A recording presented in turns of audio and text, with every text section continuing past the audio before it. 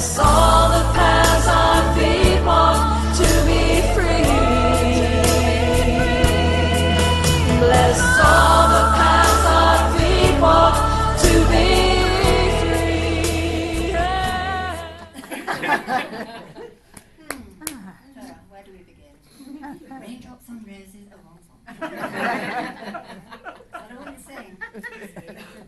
Okay, so I'm going to start at the end because the end was better than the beginning, and then I'll maybe do the beginning at the end. Or not. Yay! So, did anybody read the Daily Word this morning?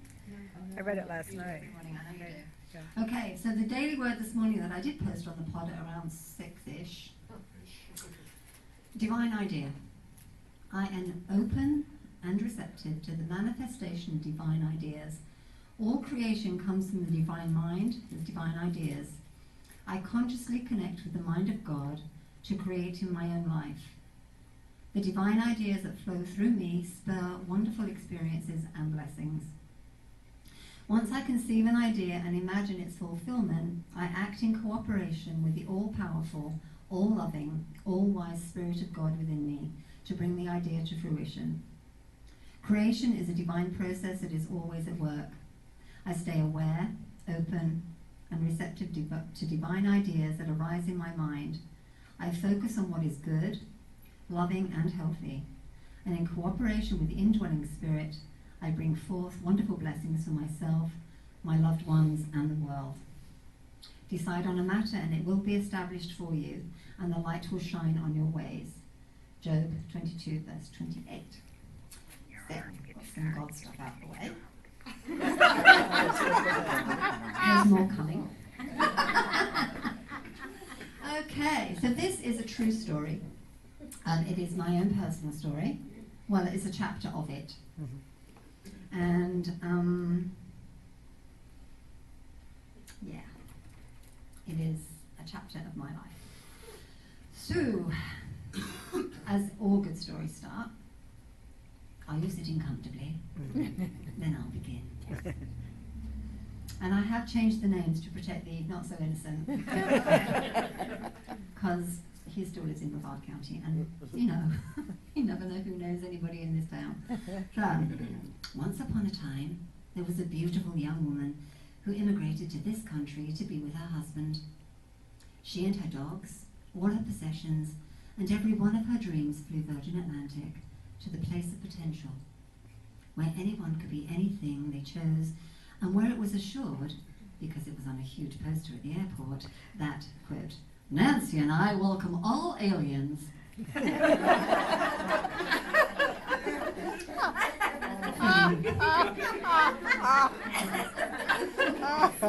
Feeling green and a little unsure, she was taken to immigration, printed, searched, and welcomed to the United States of America, ma'am, and issued a green card.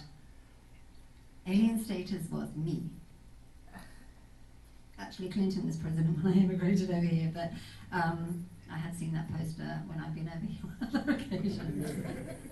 Nancy and I welcome all aliens. I don't think that's welcoming. So Archie, that was my ex-husband, who's not called Archie. And we have to remember that he has his truth, and I have mine. But Archie and I had it all. This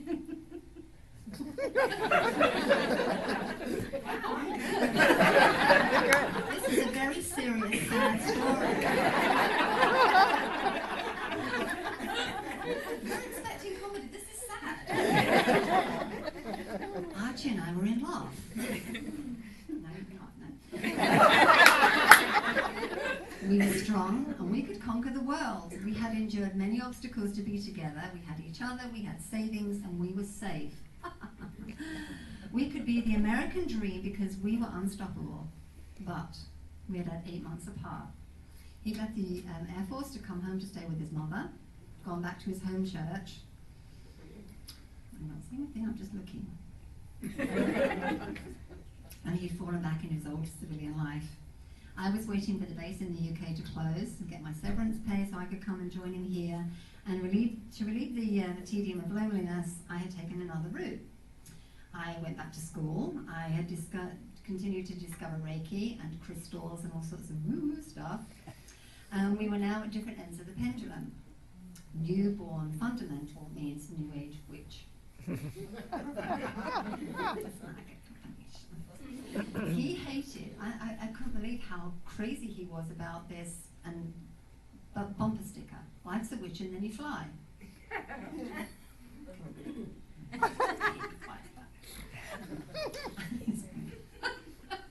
I mean, what can he fight about? His mom was horrified that I was doing yoga, because yoga allows Satan to enter. Okay? And I didn't have a problem with Playa Linda. Now, back in '95, there were all these protests about Playa Linda Beach, and I didn't have a problem with it. I was going to go. But that is a place of rapists and pedophiles. Okay. That's the Williams again, I've been to Europe. It's nudists and topless mostly, you know, it's no big deal. Anyway, if you don't want to go to Playa Linda, don't go. It's pretty out there though. We had a really easy life in England. We lived on base, we saved our money, we trained our dogs competition, and we explored and travelled. And we were discovering new dynamics in the spirituality. We attended the on-base non-denominational church. I was part of the church's outreach to the local community, and we were choir members. And my ex-husband could sing. Oh my God, he had a voice of gold. He really did. He was one of these people that could pick up an instrument and play it. He didn't have to know anything about it, but saxophone was his thing. And it was sax, whatever. It was incredible. And I think that's, was a big attraction, his music. So Archie took first degree Reiki. He slept with crystals all over him. Now, if you can imagine, you got a double bed, 2 golden retrievers, 1 Springer Spaniel, 1 guy, and he's a big guy, tall-ish, yeah, big guy, crystals all over him. And me, on the edge, because the dogs would sleep diagonally. The crystals would fall off and you'd lay on them, and whatever. It was, and he was funny then. You should have seen our teddy bears argue. Yes, I sleep with a teddy bear, I admit it. And he had a teddy bear too, and we used to use them as mediators. If we couldn't agree on something, the teddies would have the discussion, and it was really funny. And when I was pissed off with him, I'd hang his teddy.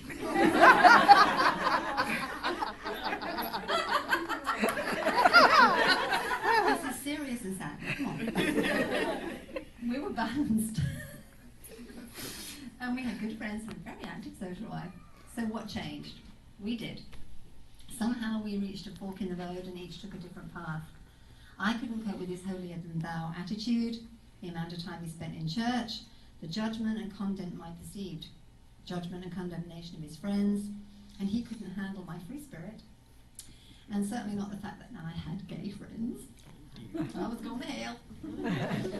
I had gay friends, psychic friends, and I like to drink wine. I went to the bar at the base and he was, oh my God, what are you doing there? Drinking wine. My funny, loving man suddenly wanted a 3 steps behind wife, children, and a picket fence life, none of which I was capable of doing or being. We were having parallel arguments, getting nowhere. I needed my own bank account to establish credit. We had a joint bank account, so why would you need one? Well, I opened one anyway. And I didn't tell him. I didn't think I had to. It was my severance money, and I had taken a small portion out to get an account established. Yeah, that was my mistake, and how I found out that over here, a joint account isn't really joint. I was merely an added name. So my punishment was that he closed all the accounts on me, and I couldn't get money. Okay. So the cracks became a rift, and then a chasm, and then a gorge, and finally the Grand Canyon. Thanksgiving of 1995, I asked for a divorce. That was my last day in massage school. Now what? My truth back then was I had given everything familiar to be with Archie, my family, my job, my country. And now I was alone in a house that I had paid the deposit on, and he wanted to take it from me. And my 3 dogs, he didn't care, that don't ever ask me to make in those days, don't ask me to make a choice between you and the dogs, because you will lose. I had no job, no income. Oh, crap. So I went into bag lady syndrome. That was, I had no clue what I was going to do. Morally, I thought the house was mine, but I had no credit history. How on earth was I going to keep it, pay for a divorce, feed the dogs, feed me, have electricity and AC? And put petrol in the car, which I did own outright, so that was at least one thing I didn't have to think about too much. Archie was determined not to budge an inch. He was legally entitled to half, and half is what he bloody well would have. And if I was homeless, so be it. It's not his problem. Got very nasty. I pleaded with him to let me have the house. There was no way I could go back to the UK. I had nothing there. Nothing. Everything I had was here. I knew I was here for a reason. I'd been shown that in meditation. I'd been given messages. I knew I had a purpose here, but I was adrift and I had no clue what to do. I did have a strong support system in the spiritual group that I was part of at that time. And so I can't remember how, but it somehow led me to be invited to do a sweat lodge. Do you know Kathy Donner, the doctor? Mm-hmm. Kathy Donner's got 6 acres in Grant, beautiful property. And that's where the sweat lodge was going to be. Mixed gender, and though I don't remember it in much detail, I know it was a really, really powerful lodge. It was so dark that it was light. And the energy was strong, it was powerful, it was a rebirth lodge, and I felt closer to spirit than I ever had. I've been in lodges since, but nothing has affected me the way that first one did. It did give me courage and confirmation, but it didn't solve my problems because I was still not there into that place of believing. Didn't pay my bills, but I did know I wasn't alone, but I couldn't see the wood for the trees at that time, and I was still desolate. Started work at a clinic, didn't have clients, but I was willing, and I also worked for Takeout Taxi. Do you remember Takeout Taxi? Oh, jeez. Pennies. You know, I put so many miles on my car. You would go to a restaurant, pick up food, then you deliver it to somebody for maybe a 25-cent tip, or you can have a $2 tip or whatever. So some nights I came home with $5, some nights I came home with 50. Very unpredictable. I paid the mortgage and fed the dogs. That's pretty much what I did. I didn't use the AC, I couldn't afford it. And so sweat was me. Very good for the pores though. It's how I keep my English skin. It was a long, hot, lonely summer. Archie and I reconciled at one point, but we couldn't reach a compromise, and we again separated. And by now I was working full-time in Titusville, and life was a little bit easier. Easter of '97, another invitation. Would you like to do a fire walk? Why would anybody in their right mind want to do a fire walk? Thank you, but no. Think about it. Spirit told me it's important for you. No. Well, at least come to the meetup and be open. Okay. Thinking to myself, at least it's an evening out. So I went. I met the other 8 people, and I was assured that I always had choice. I didn't have to walk. That you could at least come and be part of the experience. Let me think about that. Now, I know fire is used in many ways for cleansing and spiritual rituals. We do the burning bowl ceremony, we burn people at the stake, we cremate dead bodies and scatter the ashes to the wind, and God presented himself to Moses through the burning bush and gave him the message to go back to Egypt and plead for freedom for the Israelites, and that Daniel and his mates got chucked in the fire and they walked out. And so there's a lot of fire in history and stories. It gives us warmth and cooks our food. It's used as a beacon and a message. We know that fire is used to clear brush and forest, sometimes by nature and sometimes by human hand. Pine cones burst forth their seeds in heat and ash, and eventually can plant a new forest. The ashes can spring life. Fire is destructive, but it fascinates us. It hypnotizes us. And I love it when we sit around in circle, around the fire. New Year, Dear Nancy's, all that magical stuff that went on with that New Year ceremony was fabulous. But a fire walk? Yeah, why not? Okay, so I borrowed a tent and a sleeping bag and went off to Kathy Donner's place. It was Easter. Weather was fabulous, and it was going to be really interesting, an adventure. And I didn't have to walk if I didn't want to. And Friday evening was spent in discussion and planning. Saturday we prepared ourselves. We practiced the visualization of cool wet grass, cool wet grass, cool wet grass. I said it over and over and over again. We meditated, we sang, we drummed. We had 6 acres to wander in and prepare. We were encouraged to be naked in the woods. Okay. It's easier than walking on fire. Take a couple of hours, just get naked. Okay. So, yeah, it was interesting. But 6 acres, you don't really see many people, thank goodness.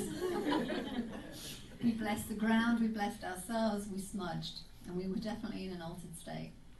And at last, it was time to build the fire. We'd all bought wood, and in ceremony, we created that bonfire. It was huge. It was a massive bonfire. We lit it.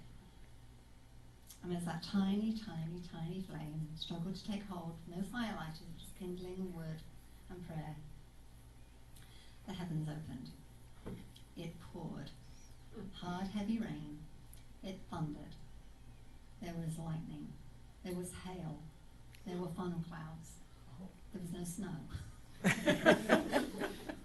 And that flame got stronger and stronger and stronger. The more elements that were thrown at it, it just got stronger. It took hold and it blazed and it was glorious. So now I'm listening. Okay, give me a message, really. And as suddenly as that started, it stopped. I mean, it went on for ages, it seemed. And the girl who was running the thing was naked. She no clothes to dry for this girl. She was naked in the fire. She was warm.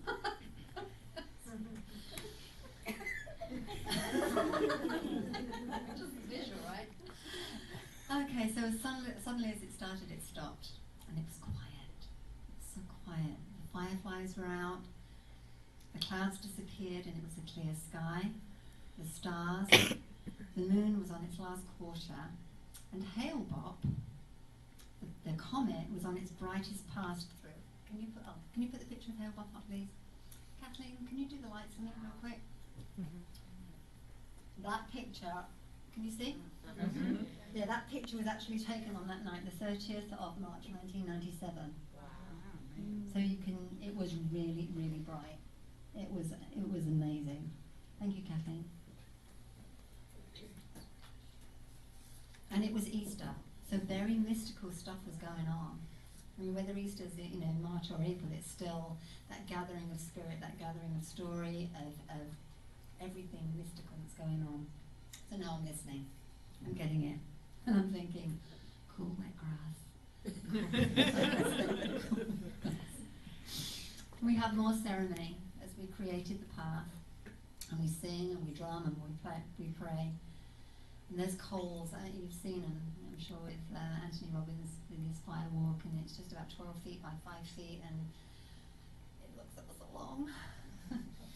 And it was time. I did not want to go first, and I certainly didn't want to go last, so I think I was about number 4. We lined the path with each other, and we chanted, cool wet grass. And each person prepared themselves and walked, and then it was my turn. Now, there was a pond at the end of it, and that was where we were heading, so that the focus was in that water with the snapping turtles. This is a lot easier than being in here. I asked Kathy Donna to hold space for me right at the end, and so our eyes connected and we met. For me, she became Jesus, so the arms wide, a more welcoming pose. I dug my feet into the sand and I looked up at the sky. I sang, because I do that really well. It's in every one of us. And I took a deep breath and I walked, sure-footed. And I have to say that I did not get burned. It was not like floating, but it was, the focus was to get there, but not to run. I have to say it was the energy of love that propelled me. And when Kathy, Jesus, caught me at the end, it was,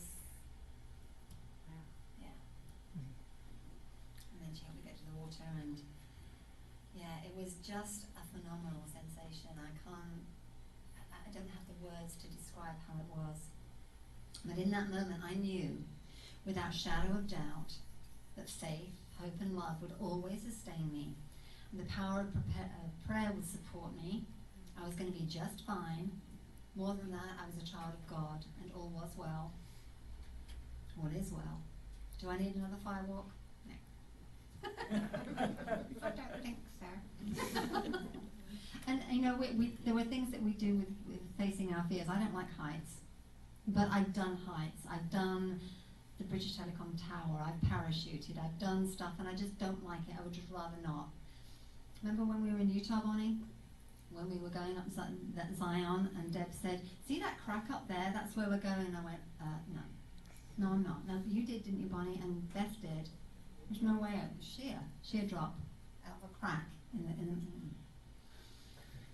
But I faced my fear on that night, and that's what that time. That's what I needed to do. And from that belief system came that knowing that I was going to be okay. So although the situation didn't change, I did. I changed my mind. I changed my attitude. Our chief quit paying the house to me. We had a cheap and amicable divorce. My practice thrived and I could turn the AC on. It's not always been easy. We still had major money issues to sort out. And at times I was really angry and I was upset and I cried and I, went back into that desolation and despair because I don't know how I'm going to pay his bills because he's not paying them, and they say I'm responsible for him.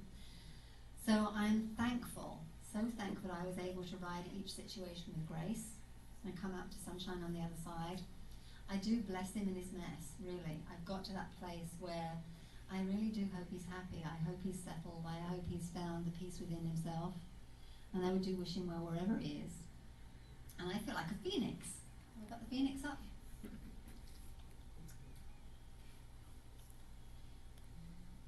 See?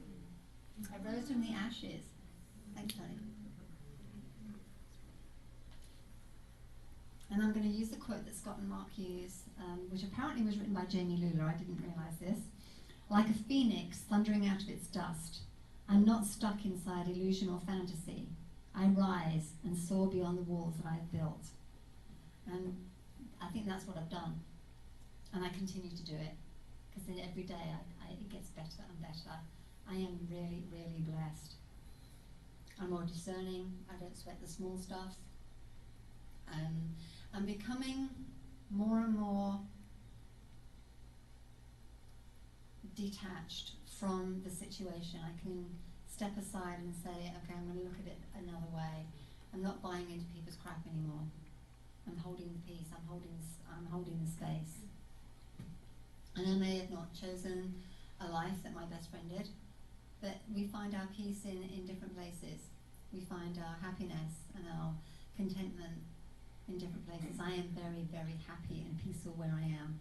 Every day is certainly a blessing. And I know that everybody has their own story. In my chapter, in my book, may be trivial to some and major to others, but it's my story. It's part of my tapestry. It's my knowingness and my beingness. And so as I gather the tribes within my life, and I belong to different tribes of sections of the life, creating the courage, as Dee and Nancy are trying to create that place of where we all come together as humans, as spiritual beings, as soul to soul, spirit to spirit, where we can have that understanding for each other and the compassion and hold the love and the peace within us. The namaste, the shalom, the hallelujah, the amen, all those wonderful, wonderful things that we say to each other. I see you. I see who you are. I see your spirit and I see your soul. And I am so thankful that you're in my life, that you're in my life. And so it goes on. So to end with the little Bible, I'm going to end with my beginning. And this is one of my favorite Bible quotes. And I got it on my mirror in the bathroom, so I know it's true. You can look at it. Do not worry, from Luke chapter 12. Then Jesus said to his disciples, therefore I tell you, don't worry about your life, what you will eat, or about your body, or what you will wear. Life is more than food, and the body more than clothes. Consider the ravens. They don't sow or reap. They have no storeroom or barn, yet God feeds them. And how much more valuable you are than birds. Who of you, by worrying, can add a single hour to his life? Since you cannot do this very little thing, why do you worry about the rest? Consider how the lilies grow. They don't labor or spin. And yet I tell you, not even Solomon in all his splendor was dressed like one of these. And if that's how God clothes the grass of the field, which is here today and tomorrow is thrown in the fire, how much more will he clothe you, O ye of little faith? And don't set your heart on what you will eat or drink. Don't worry about it. For the pagan world runs after all such things, and your Father knows that you need them. But seek his kingdom, and these things will be given to you as well. Do not be afraid, little flock, for your Father has been pleased to give you the kingdom. Sell your possessions and give to the poor. Provide purses for yourselves that won't wear out, a treasure in heaven that will not be exhausted, where no thief comes near and no moth destroys. For where your treasure is, there your heart will be also. Thank you. Amen.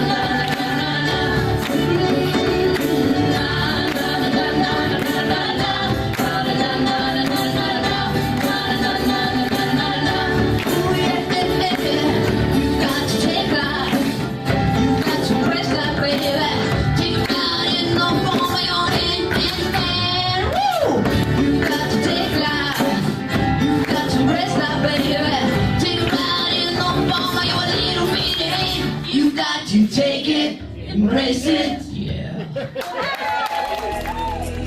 Bless all